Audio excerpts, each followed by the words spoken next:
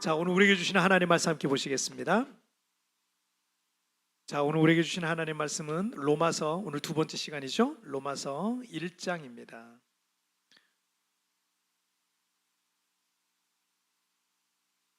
자, 로마서 1장 8절부터 17절까지의 말씀. 로마서 1장 8절부터 17절까지의 말씀. 한 절씩 교독할 때 제가 8절 말씀 먼저 봉독해 올리겠습니다. 먼저 내가 예수 그리스도로 말미암아 너희 모든 사람에 관하여 내 하나님께 감사함은 너희 믿음이 온 세상에 전파됨이로라. 복음 안에서 내 심령으로 섬기는 하나님이 나의 증인이 되것이오냐. 항상 내 길에 쉬지 않고 너희를 말하며 어떻게 하든지 이제 하나님의 뜻 안에서 너희에게 나아갈 좋은 길 얻기를 내가 구하노라.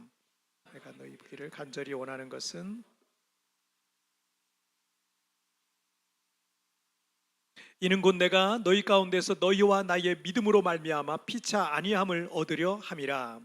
형제들아, 내가 여러 번 너희에게 가고자 한 것은 너희가 모르기를 원하지 아니하노니 이는 너희 중에서도 다른 이방인 중에서와 같이 열매를 맺게 하려 함이로되 지금까지 길이 막혔도다. 헬라인이나 야만인이나 지혜 있는 자나 어리석은 자에게 다 내가 빚진 자라. 그러므로 나는 할 수 있는 대로 로마에 있는 너희에게도 복음 전하기를 원하노라. 내가 복음을 부끄러워하지 아니하노니 이 복음은 모든 믿는 자에게 구원을 주시는 하나님의 능력이 됨이라. 먼저는 유대인에게요 그리고 헬라인에게로다. 복음에는 하나님의 의가 나타나서 믿음으로 믿음에 이르게 하나니 기록된 바 오직 의인은 믿음으로 말미암아 살리라 함과 같으니라. 아멘. 자, 오늘 말씀 제목 함께 읽겠습니다. 시작. 복음으로 사는 사람. 다시 한번 시작. 복음으로 사는 사람. 1996년에 대한민국 국민들을 깜짝 놀라게 할 만한 그런 뉴스가 하나 있었어요. 어떤 회사의 창고에서 그 1만 원권, 당시는 1만 원권이 고액권이죠. 1만 원권이 가득 들은 과일 상자 25개를 발견했는데 현금으로 약 61억 원이었습니다. 61억 원. 저희 딸이 96년생이니까 우리 딸은 잘 모르는 내용은 그 이후에 태어난 사람들은 잘 모르는데 그 이전 얘기를 아시는 분들은 이제 다 아시는 내용이죠. 이 돈이 뭐냐면 1980년부터 1988년까지 우리나라 11대 12대 대통령을 역임한 전두환 전 대통령의 비자금 중에 일부, 아주 극히 일부였습니다. 당시 수사에 의하면 전두환 대통령은 기업들로부터 약 9,500억 원을 9,500억 원 별로 놀라지도 않을 만한 금액이죠. 왜냐면 감이 안 와서 그래요. 감이 안 와. 9,500억 원이 도대체 61억 원 그럼 큰 것 같은데 9,500억 원 하면 우리는 감이 안 오는 돈인데 9,500억 원을 기업들로부터 받은 거예요. 받고 청탁을 받고 이제 뭘 특혜를 주거나 이랬겠죠. 그래서 기업들로부터 9,500억 원을 비자금으로 챙긴 겁니다. 그리고 1996년 그중 아주 극히 일부를 현금을 발견한 거죠. 지난 주간에 이제 가장 크게 이슈되었던 것은 이 고 전두환 대통령의 그 손자죠. 손자인데 전우원 씨인데 1996년생이니까 그 사과의 돈 상자 돈 박스 있죠. 그게 발견되던 해에 태어난 사람이죠. 손자가 그때 태어났어요.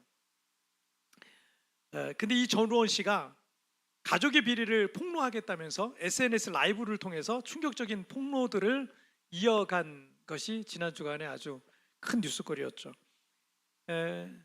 왜 가족의 비리를 폭로하는가라고 이제 언론사에서 질문을 했어요. 질문했더니 극단적 선택 이후에 열흘간 병원에 입원하면서 신 앞에서 얼마나 창피한 존재인지 죄인이 도망갈 곳이 없다는 걸 깨달았다. 아직도 반성을 모르는 가족들과 지인들이 법의 심판을 받도록 해야겠다고 생각했다라고 답을 했어요. 그리고 이제 자신의 죄도 자백하겠다고 그리고 자수하겠다고 하면서 자기도 성매매를 지금 27살이잖아요.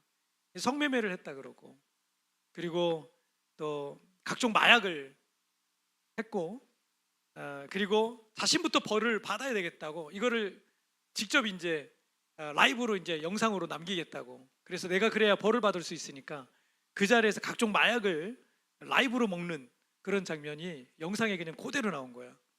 막 그 자리에서 막 우통을 벗고 막 괴로워하고 이 뉴스에 이제 다 나왔잖아요. 그러던 중에 이제 경찰이 막 지인의 신고를 받고 경찰이 출동한 경찰에 의해서 이제 문을 부수고 들어가 가지고 경찰이 긴급하게 이제 병원으로 이때 상태가 너무 안 좋고 호흡이 안 되고 있는 상태였기 때문에 병원으로 이송을 했고 의식불명 상태까지 막 갔는데 지금은 뭐 다행히 호전돼서 입원 치료를 받고 있다. 뭐 이런 뉴스를 봤어요. 이 전우원 씨가 그 개편 전에 영어 공인 시험이 있잖아요. SAT라고 미국의 수능이잖아요. 이 미국 수능을 개편 전에 420점 만점에 2,400점 만점에 2,310점을 맞았대요. 90점 모자란 거야. 굉장히 잘한 거예요. 굉장히 고득점이에요. 굉장히 고득점이에요. 굉장히 똑똑한 친구고 그 나이에 그 아주 20대 젊은 나이잖아요. 이 나이에 연봉을 1억 원을 넘게 받았대요. 그런데 작년 12월, 지금 몇 개월 안 되지 않았어요. 작년 12월에 극단적 선택을 한 겁니다. 극단적 선택을 했고 그 이후로도 이제 퇴원을 해서 정신적으로 정상적이라고 볼 수는 없겠지만 이 친구를 더 힘들게 했던 거는 하나님 앞에서 자신을 포함해서 그의 가족들이 큰 죄를 짓고도 멀쩡히 잘 먹고 잘 사는 그런 모습을 통해서 큰 죄책감을 이제 느끼게 됐다는 거예요. 전 대통령이었던 할아버지, 돌아가셨지만 할아버지, 그리고 이제 할머니 그리고 뭐 아버지, 그리고 또 이제 또 뭐 큰아버지, 우리 가족들이 있잖아요. 그 비자금의 아주 그 핵이죠, 이 사람들이. 근데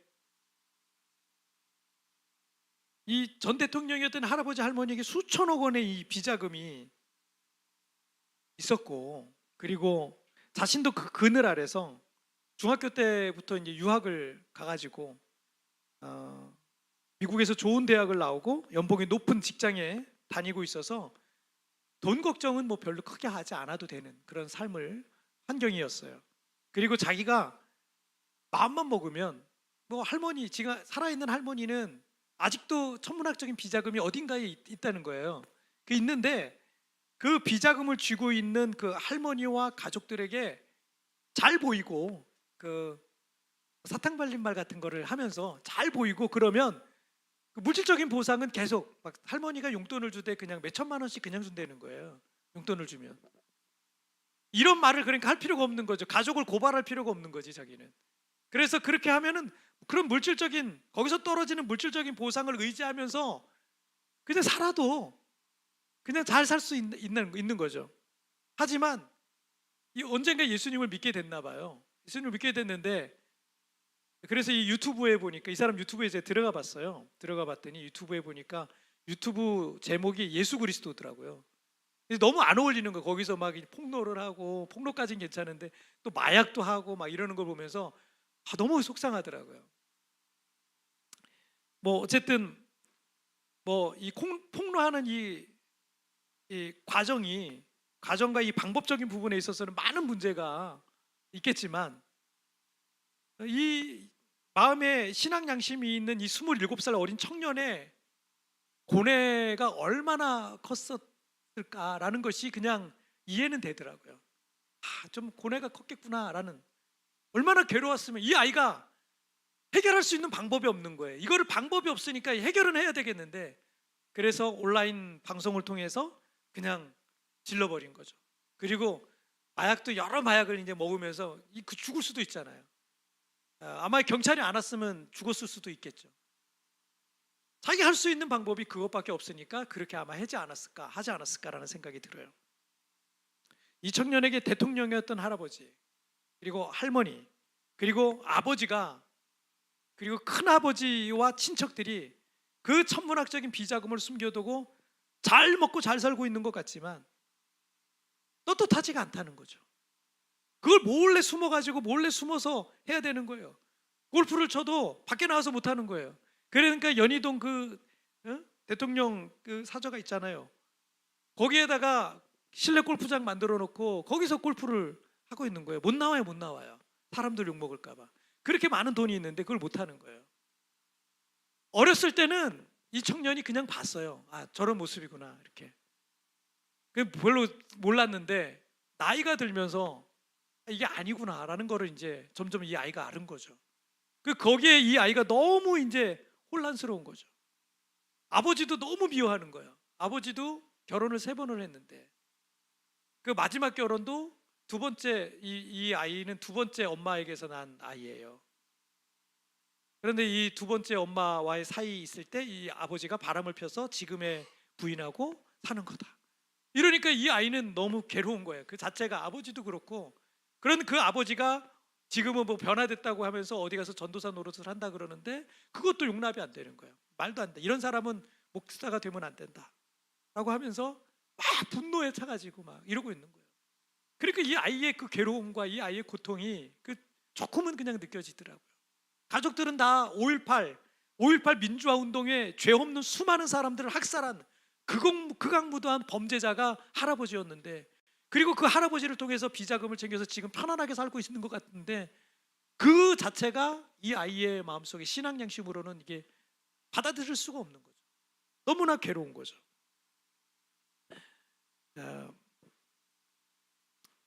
이 시대의 지성이라고 불리는 그 이어릉 교수님이 생전에 한 언론의 인터뷰에서 이런 얘기를 했던 게 제 기억이 나더라고요. 젊은이는 늙고 늙은이는 죽어요. 명언이에요, 명언. 그렇잖아요. 금방 가요. 시간이 정말 빨라요. 여기 우리 청년부 있는데 청년부 늙어요. 젊은이는 늙고요, 늙은이는 죽어요. 왜냐하면 이 말씀을 생각하면서 여러분 히브리서 9장 27절에 보면 한 번 죽는 것은 사람에게 정하신 것이요 그 후에는 심판이 있으리라 라는 말씀이 떠오르지 않습니까? 누구도 이 죽음과 심판을 피할 수가 없는 거예요. 이어른 교수님이 이 인터뷰를 할 때가 암투병정이었어요. 암투병 중에. 그런데 연세가 너무 많으시니 암 환자들을 제가 많이 봤는데요, 연세가 너무 많으시면 수술을 안 하는 게 좋습니다. 수술하고 한 3년 더 산다 그래요. 많이 살아야. 근데 그 과정이 너무 힘든 거예요. 수술하는 가고 그 회복하는 과정, 또 그 항암 치료하는 과정이 너무 고통스러운 거예요. 그래서 너무 연세가 많으신 분들은 수술을 하지 않고 그냥 몸에 칼 대지 않고 그냥 좀 진통제만 먹으면서 좀 버텨나시다가 그냥 가시는 게 원래는 더 낫다, 이렇게 이런 의사들이 그런 얘기를 많이 해요. 이어른 교수님도 수술하지 않고 암 투병 중이었어요. 그냥 투병 중인데 이분이 죽음을 앞에 두고 있으니까 이런 생각이 드는 거예요. 한 번뿐인 인생 어떻게 살고 있는가? 한 번뿐인 내 인생. 그리고 우리에게도 말하는 거죠. 한 번뿐인 이 인생 우리는 어떻게 살고 있는가? 그 질문을 사실 그 영상을 통해서 우리에게 던져주고 있어요. 때문에 이 짧은 인생을 살아갈 때 의미 있는 인생을 살아야 된다라는 겁니다. 여러분, 인생이 길지 않습니다. 시간이 굉장히 빠를 거예요. 여러분 인생이 정말 빠를 거예요. 그런데 의미 있는 인생을 사시기를 주님 이름으로 축복합니다. 제가 그 영상을 쭉 보면서 결론을 내렸어요. 이런 결론을 내렸어요. 얼마나의 삶이 아니라 어떻게 삶을 살라라는 거예요. 앞서 말씀드린 그 전 대통령의 일가가 아무리 많은 비자금을 감춰두고 야금야금 그걸 꺼내서 잘 먹고 잘 사는 것 같지만 떳떳하지도 않고요, 부끄러운 삶을 살고 있다면 그거는 잘 사는 게 아니에요. 그 결코 잘 사는 거 아니에요. 얼마나 갖고 있느냐, 너는 얼마나 갖고 있느냐, 너는 얼마나 부자냐, 너는 얼마나 성공했느냐, 이것이 그 사람을 평가하는 것이 아니라 당신은 어떻게 살았느냐가 그 사람의 인생을 말하는 것이 되는 겁니다. 사도 바울은 유대 사회에서 최고의 엘리트 중에 엘리트였어요. 근데 예수 그리스도의 복음을 위해서 세상의 모든 것을 배설물처럼 여겼다라는 말씀을 바울이 기록하죠. 그리고 오늘 본문을 통해서 자신은 세상에 그전에는 그런 걸 자랑했었는데 이제는 그런 걸 자랑하지 아니하고 나는 복음으로 산다, 나는 믿음으로 산다, 나는 예수로 산다, 이런 것을 자랑하는 사람이 되었다라는 것을 말하고 있습니다. 주님께서는 이 말씀을 통해서 오늘 우리에게 얼마나의 삶이 아니라 어떻게 삶이 무엇인지를 우리에게 교훈하고 있어요. 자, 우리 첫 번째 주제부터 한번 보실까요? 첫 번째 읽겠습니다. 시작. 나는 부끄러워하지 않는다. 다시 한번 시작. 나는 부끄러워하지 않는다. 사도 바울은 로마서 1장 8절부터 15절까지의 말씀을 통해서 로마에 있는 그리스도인들의 믿음을 칭찬하고 있고요, 자신은 그들을 위해서 쉬지 않고 기도하고 있다. 그리고 어떻게든 로마에 있는 성도들을 내가 만나러 가기 위해서 노력하고 있다라는 내용을 쓰고 있어요. 자, 13절 말씀을 먼저 읽어볼게요. 시작. 형제들아, 내가 여러 번 너에게 가고자 한 것을 너희가 모르기를 원하지 아니하노니 이는 지금까지 길이 막혔도다. 자, 사도 바울은 로마에 있는 그리스도인들에게 어떤 교회가 로마 교회가 없어요. 그 당시에 로마에 어떤 교회가 있다는 얘기가 없어요. 다른 데는 바울 사도가 서신을 쓸 때 항상 어디에 있는 교회와 뭐 성도들에게 이렇게 썼거든요. 근데 교회가 없는 거예요. 그리고 어떤 특별한 영적 지도자가 있는 것도 아닌데 그들은 여전히 믿음을 지키면서 주님을 섬기고 있는 모습이 너무나 감사한 거예요, 사도 바울이 생각할 때. 근데 왜 그러냐면 사도행전 2장에 보면은 예수님께서 부활하시고 40일 동안 부활체로 제자들과 함께 거니셨어요. 지내시다가 그리고 40일이 지난 뒤에 승천하시는 장면이 나옵니다. 그리고 예수님께서 너희는 아버지께서 약속하신 것을 기다리라 그러니까 제자들은 그게 사실 뭔지 정확히 모르겠는 거예요. 그래 기다리라 그러니까 마가의 다락방에 모여서 제자들이 한 열흘 정도 계속 기도하고 있었어요. 계속 기도하는데 오순절 날이 딱 이르는데 그 오순절에 성령의 강림이 있었던 거예요. 성령의 놀라운 강림이 있어서 제자들에게 방언이 터지고 제자들이 놀라운 비전을 보고 그 놀라운 능력이 임하고 막 이런 게 있었어요. 그 오순절이라는 것은 이스라엘 백성들에게는 아주 3대 절기 중에 하나거든요. 그 절기를 지키기 위해서 로마 제국 아래에 있었던 많은 유대인들이 여기저기 흩어져 살았잖아요. 유대인들은요 그때부터 지금까지 흩어져 사는 거예요. 그렇게. 그런데 그 유대인들이 그 로마 지역 각곳 지역에 살고 있던 유대인들이 예루살렘으로 온 겁니다. 절기를 지키기 위해서. 그리고 유대교로 개종한 이방인들이 있어요. 유대교로 개종한 이방인들도 예루살렘의 절기를 지키기 위해서 왔었어요. 그런데 거기서 그걸 뭘 본 거예요? 성령의 강림을 통해서 오순절 성령 강림을 통한 놀라운 역사를 보게 된 겁니다. 그리고 베드로가 설교를 하고 12사도가 설교를 하는데 설교할 때 많은 사람들이 예수님을 믿고 세례를 받은 사람이 3,000명이었더라 4,000명이었더라 이런 내용들이 나옵니다. 그리고 그 예루살렘에 방문했던 3,000명 4,000명 수많은 사람들이 예수님을 믿고 오순절 절기가 끝나고 그들은 자기 지역으로 다시 돌아갔습니다. 자, 그리고 로마 제국의 중심지였던 로마시에 특별한 사도가 파견된 것도 아니고 어떤 선교사가 파송된 것도 아니고 특별한 교회가 있었던 것도 아니고 탁월한 영적 지도자가 로마 교회를 개척한 것도 아닌데 바로 이 오순절 성령 강림 사건을 통해서 예루살렘에서 그때 거기를 방문했었던 로마 사람들이었죠. 그때 방문했었던 사람들이 거기서 예수님을 믿게 된 거예요. 그리고 절기가 끝나고 로마로 다시 돌아갔어요. 로마 시티로 돌아갔어요. 돌아가서 예수님을 섬기고 있는데 바울 사도가 이 로마서를 기록했던 것은요, 그 오순절 성령 강림 사건 이후에 수십 년이 흘렀어요. 그런데 수십 년이 지났는데 목회자가 없어요. 교회가 없어요. 그런 조직이 없는 거예요. 그런데도 이들이 믿음을 지키면서 살아가고 있는 거 얼마나 귀합니까? 얼마나 이 감사한 일입니까? 하지만 그들에겐 예수님의 복음과 성경을 교육하고 영적으로 양육할 교회 공동체와 목회자가 없었기 때문에 여러분 마치 이런 거예요. 목자 없는 양과 같은 여러 가지 어려움들과 부작용들이 나타날 수밖에 없는 거예요. 그래서 바울 사도가 가려고 그러는 거예요.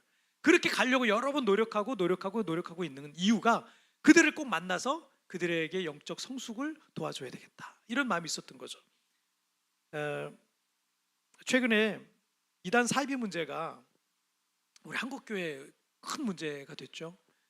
이단 사이비 문제가 뭐 이제 한국에서 전도한다는 거는 정말 어려워지는 이제 상황이 점점 돼가고 있는 것 같습니다.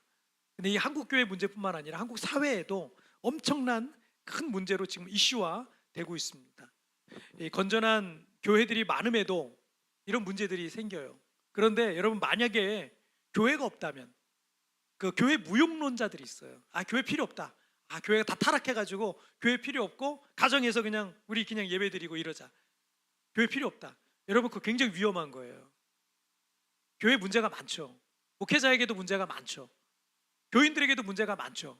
아까 얘기했던 전 대통령의 그 손자가 자기 아버지를 보면서 문제가 많다고 생각할 정도로 그렇게 교회가 문제가 많은 곳이 많은 문제를 안고 있습니다.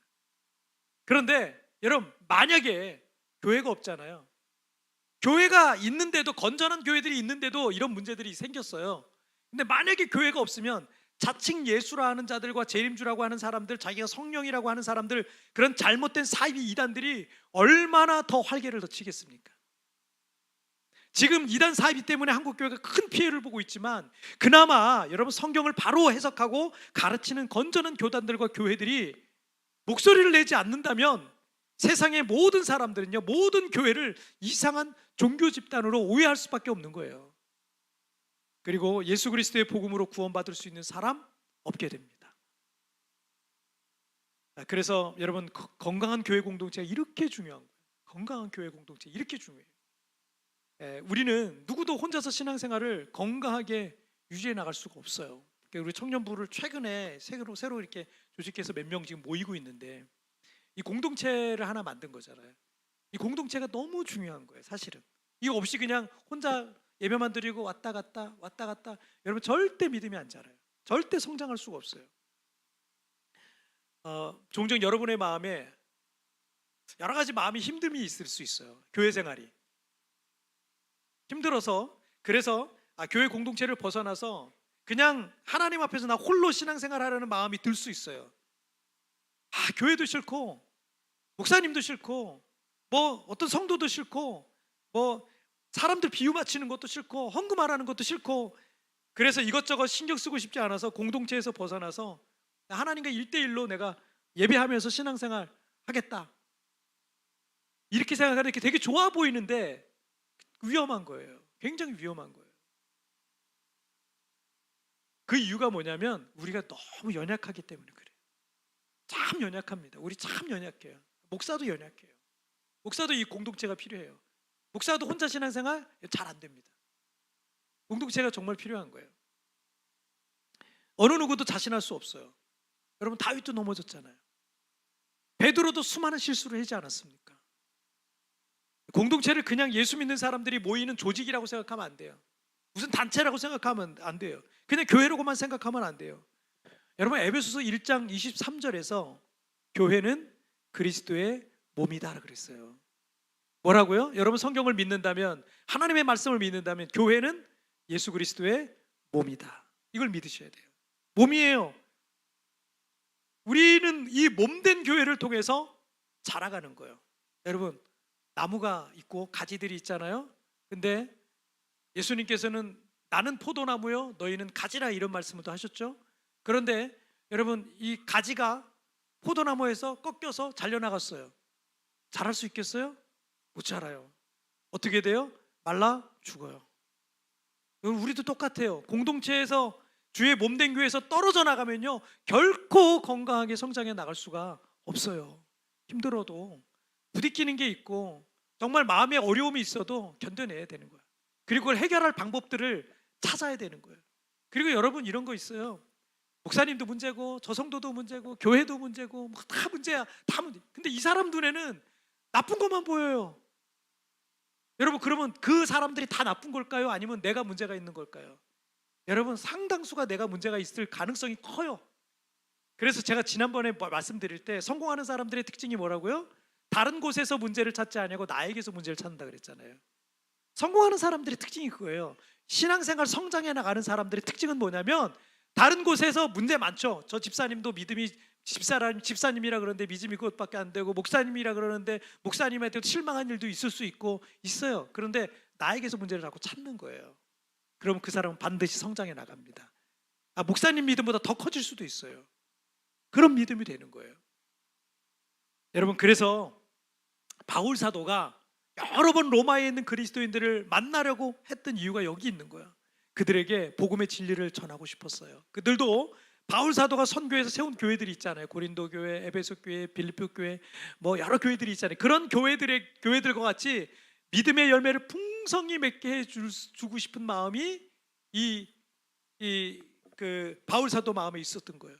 그래서 그렇게 해주고 싶은 거예요. 그래서 거길 방문하고 싶었던 거죠. 자, 16절 말씀을 보실게요. 읽겠습니다. 시작.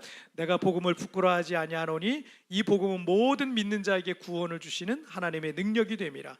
먼저는 유대인에게요, 그리고 헬라인에게로다. 자, 당시 로마는 절대 무너질 것 같지 않은 막강한 권력의 중심지였어요.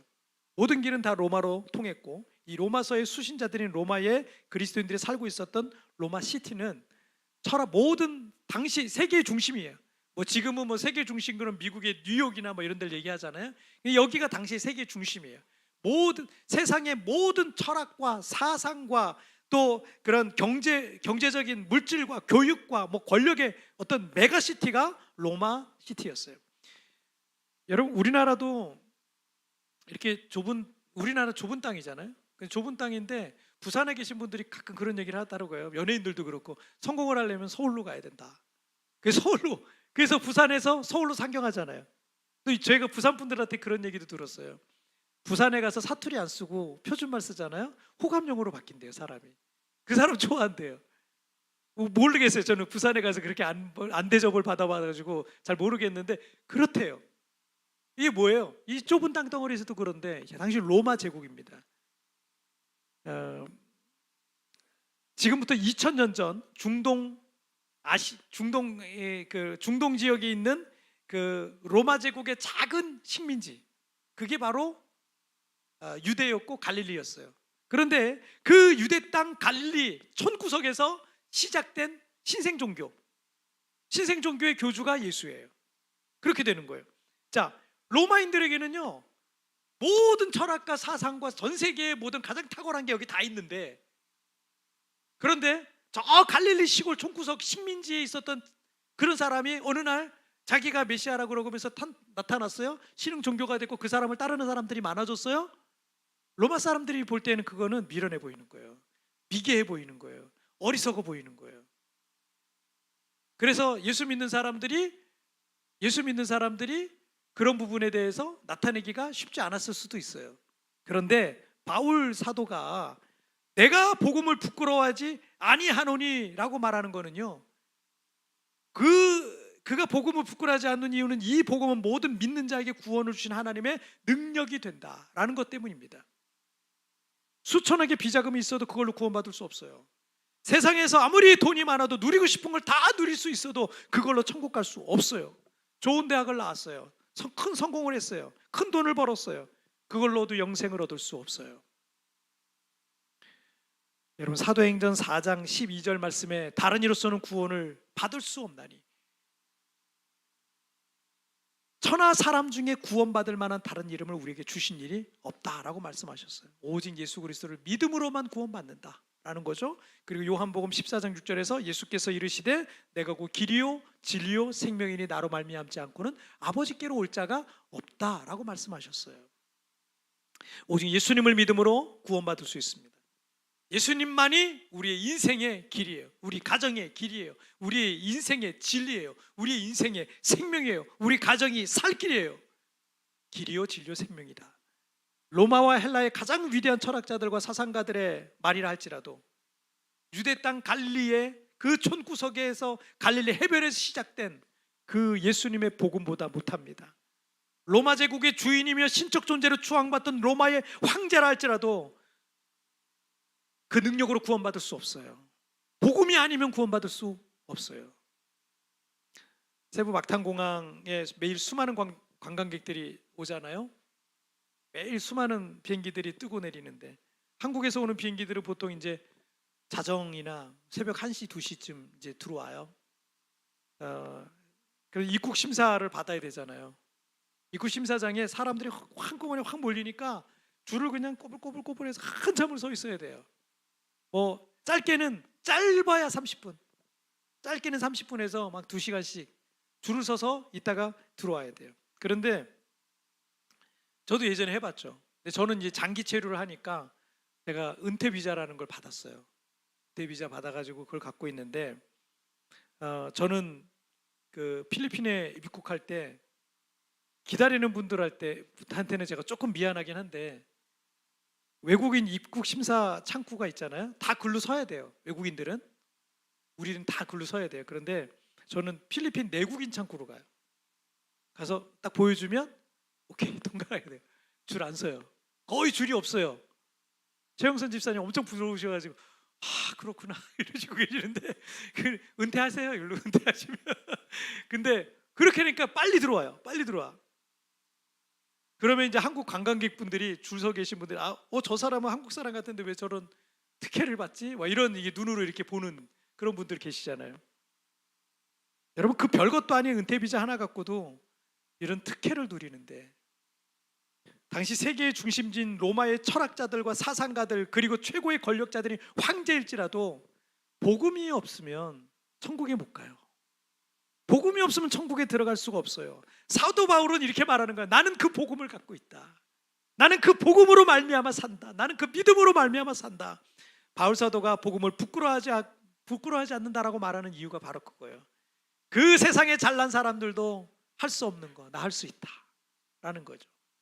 여러분이 예수님을 믿고 예수님의 복음을 소유하는 것 자체가 얼마나 큰 은혜와 축복인지 여러분 마음에 새기시기를 주님의 이름으로 축복합니다. 자, 우리 두 번째 주제 볼게요. 시작. 나는 오직 믿음으로 산다. 다시 한번 시작. 나는 오직 믿음으로 산다. 자, 그러므로 바울 사도는 나는 오직 믿음으로 산다. 나는 오직 복음을 예수 그리스도를 믿음으로 산다라고 담대하게 말하고 있습니다. 17절 말씀 함께 읽겠습니다. 시작. 보고는 하나님의 의가 나타나서 믿음에 이르게 하라니 기록된 바 오직 의인은 믿음으로 말미암아 살리라 함과 같으니라. 아멘. 자, 복음에는 하나님의 의가 나타났다라고 말씀하시는데 여러분 복음이란 것은요 우리의 죄를 위해서 예수님께서 대신 희생하신 것을 통해서 우리가 죄 용서받고 구원받아서 하나님의 자녀가 되고 영생을 얻고 천국에 가는 것, 이게 복음의 세트잖아요. 이게 복음의 내용이잖아요. 그러니까 여러분 복음에 하나님의 의가 나타났다는 것은 뭐냐면 여러분 우리의 공로로 우리의 선행으로 우리의 의로움으로 우리가 그런 걸 얻었다는 게 아니잖아요. 어떻게 해요? 예수님을 통해서 예수님이 하셨잖아요. 우리는 한 게 없어요. 믿는 거 외에는 한 게 없어요. 예수님이 하셨어요. 그래서 이것을 하나님의 의라고 말하는 거예요. 복음에는 하나님의 의가 나타나서 믿음으로 믿음에 이르게 하나니 그러므로 오직 의인은 믿음으로 말미암아 살리라 라고 말씀하시고 있는 겁니다. 내 의로움 내 공로 아닙니다. 내 선행 아닙니다. 그런 걸로 우리의 죄가 용서받고 구원받을 수 있는 게 아니에요. 이 모든 것은 나의 의가 아니라 오직 하나님의 의다라는 거죠.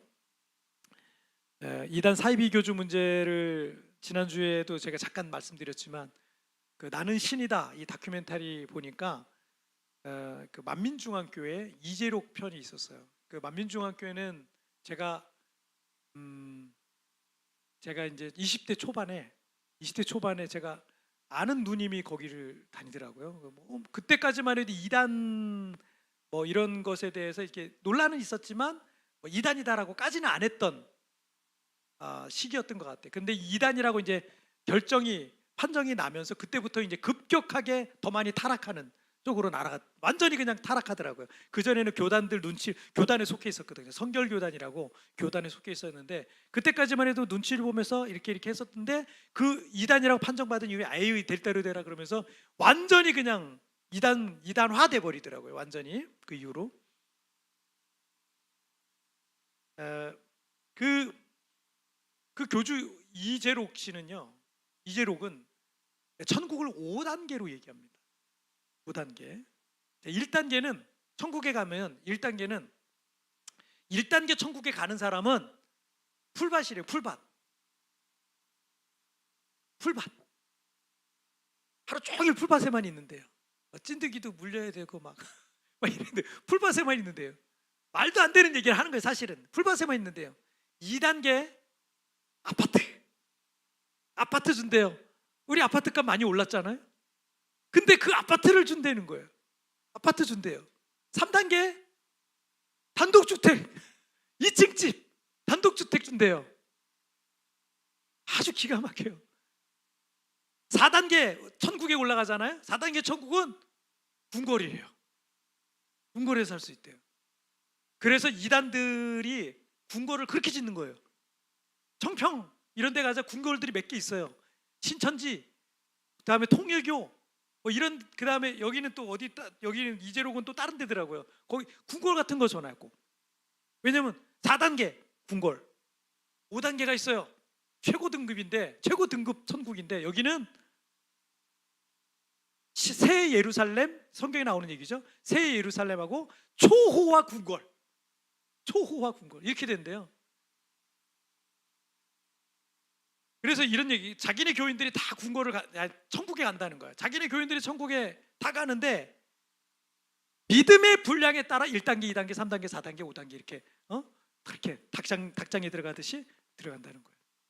말도 안 되는 얘기를 하는 거예요. 말도 안 되는 얘기. 자, 그리고 더 기가 막힌 게 있더라고요.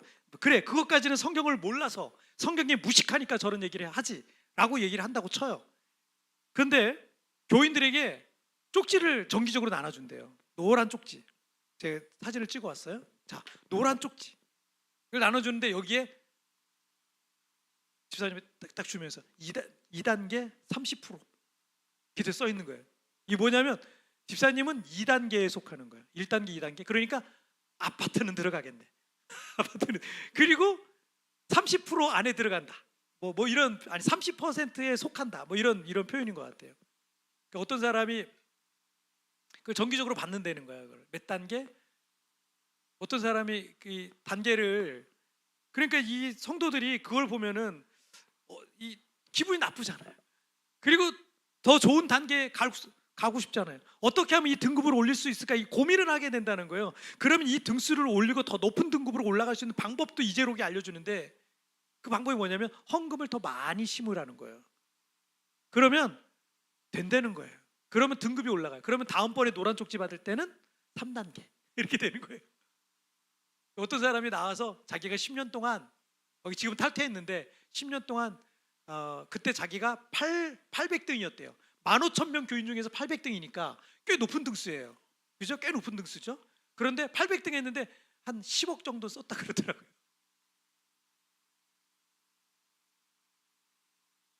여러분, 이렇게 한국교회 성도들이 성경을 몰라요. 성경을 이렇게 모르는 거예요. 이렇게 성경을 몰라요. 여러분, 오늘 우리가 읽은 로마서 1장 17절, 복음에는 하나님의 의가 나타나서 믿음으로 믿음에 이르게 하나니 오직 의인은 믿음으로 말미암아 살리라. 이 구절만 암송하고 있었어도, 이 구절만 제대로 이해하고 있었어도 이런 이단 사이비 종교에 빠지진 않습니다. 헌금 많이 내서 의로움을 얻어서 천국 가는 게 아니에요. 그리고 천국에 가서 천국에 가서 저런 단계가 있다면 말이 안 되는 거예요. 여러분 생각해 보세요. 천국 갔는데 빈부격차가 있네. 천국 갔는데 빈부격차가 있어요. 그것 때문에 슬퍼, 열등감이 느껴져요. 애들 뭐 사주고 싶은데 사줄 게 없어. 돈이 없어가지고. 천국 갔는데 사리사리 가서 맛있는 거 사줘야 되는데 그걸 못 사줘. 돈이 없어서.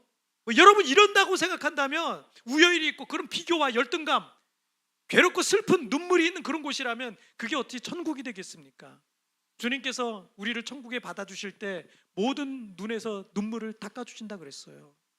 이런 이 땅에서의 그 괴로움이 천국 가서 똑같이 이어진다면 그런 천국 뭐 하러 가요? 여기서 있는 돈 가지고 잘 먹고 잘 살다가 가면 되지.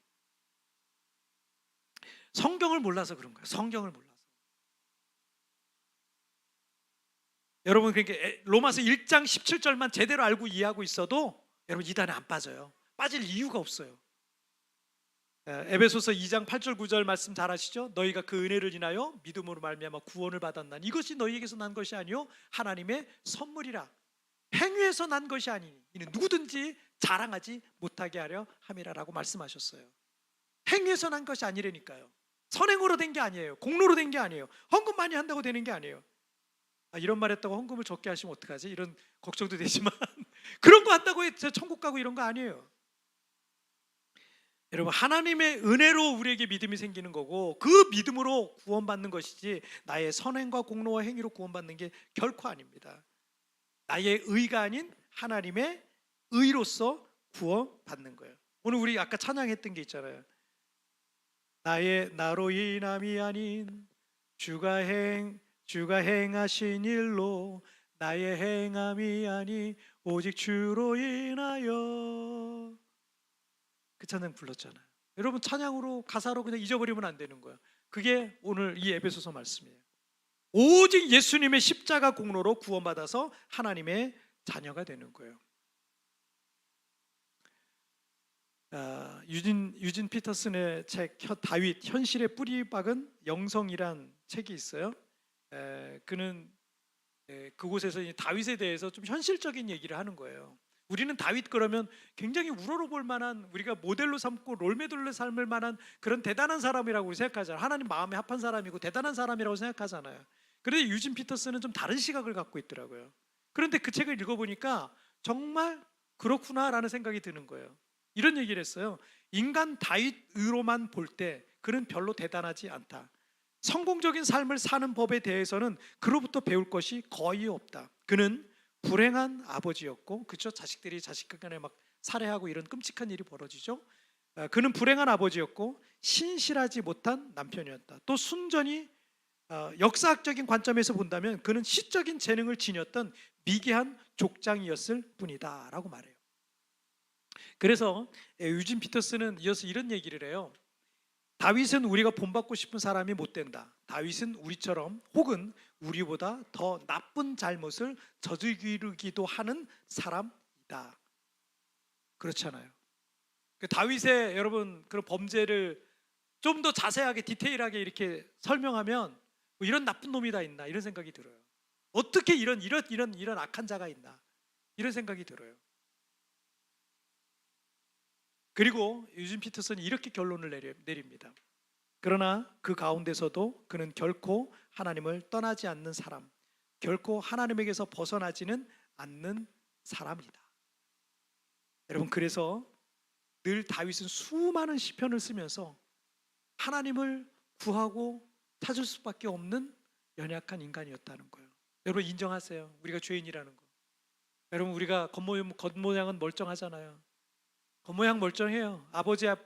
애들 앞에 멋진 아버지인 것 같고, 애들 앞에 정말 믿음 좋은 엄마인 것 같고, 성도들이 볼 때 괜찮은 집사님인 것 같고, 성도인 것 같고, 괜찮은 목사인 것 같은데 사실 까보면 하나님 앞에 사람 앞에 부끄러워할 만한 게 너무 많아요. 그게 우리예요.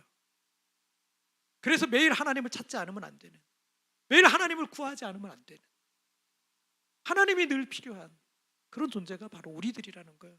복음이 없으면 안 되는 거예요. 내 의로움으로, 내 공로로, 내 선행으로 내가 하나님 앞에 내가 얻을 수 있는 게 아무것도 없으니, 그래서 하나님을 구하고 찾을 수밖에 없는 게 바로 우리의 연약함이라는 거죠.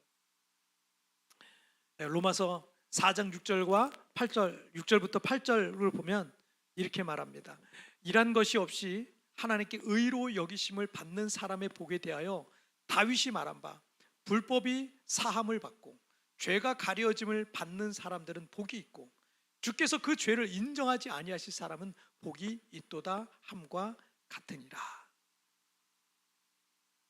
다윗은 우리에게는 의로움이 없다라고 결론을 내렸습니다. 우리는 일한 것도 없고 자랑할 만한 것도 없고 공로도 없고 하나님 앞에 떳떳한 게 아무것도 없다. 그렇지만 하나님의 의로서 구원받는다는 사실을 너무나도 확실하게 알고 믿고 있었던 겁니다. 그래서 오늘 로마서 1장 17절 말씀이 바로 그거예요. 복음에는 하나님의 의가 나타나서 믿음으로 믿음에 이르게 하나니 오직 의인은 바로 그 믿음으로 말미암아 살리라 라고 말씀하시는 거예요. 여러분이 과거에 어떤 일을 했든지, 지난주에 어떤 일이 있었든지, 여러분 어떤 마음을 갖고 살았든지, 어떤 범죄에 연루했든지, 여러분이 어떤 실수를 했든지, 여러분 괜찮아요. 하나님은 여러분에게 완벽한 걸 요구하시는 게 아니라 그래도 하나님 앞에 붙어 있는 걸 원하시는 거예요. 그래도 하나님을 찾고 구하는 다윗처럼 하나님 부끄러운 것 투성이고 하나님 앞에 고개도 들 수 없는 그런 사람이지만 하나님 나 받아달라고, 예수님의 십자가 보혈로 나를 씻어달라고, 다시 한번 기회를 달라고 그렇게 구하고 찾는 것, 바로 그것을 하나님이 바라시는 겁니다. 그래서 다윗도 바울도 오직 믿음으로 살았던 거예요. 복음으로 사는 사람은 바로 이 믿음을 가지고 이 믿음을 붙들고 사는 거예요. 여러분, 오늘 로마서 1장 17절 말씀을 마음에 잘 새기고 내 의가 아닌 하나님의 의로 살아가는 또 한 주간 되기를 주님의 이름으로 축복합니다. 자, 오늘 말씀 정리해 볼게요. 오늘 두 가지 말씀 나눴죠. 시작. 나는 부끄러워하지 않는다. 나는 오직 믿음으로 산다. 아멘.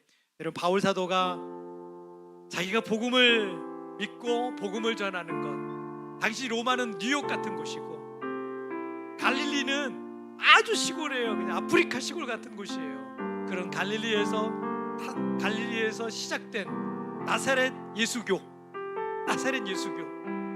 그 나사렛 예수교를 믿고 있는 것, 로마 사람들이 보면 웃긴 거예요. 이 엄청난 철학자들과 수백 년 동안 그 철학자들과 사상가들이 그 로마 제국을 세우고 헬라 제국을 세우고 그런 위대한 제국들을 세우고 이 넓은 땅을 차지하고 있는데, 그 갈릴리 조그만 동네에서 어촌에서 시작된 그 복음이라는 거, 나사렛 예수, 목수의 아들 나사렛 예수라는, 학교 문턱도 한번 가보지 못한 나사렛 예수라는 사람이 전하고 있는 그 복음, 그 복음이 뭐냐?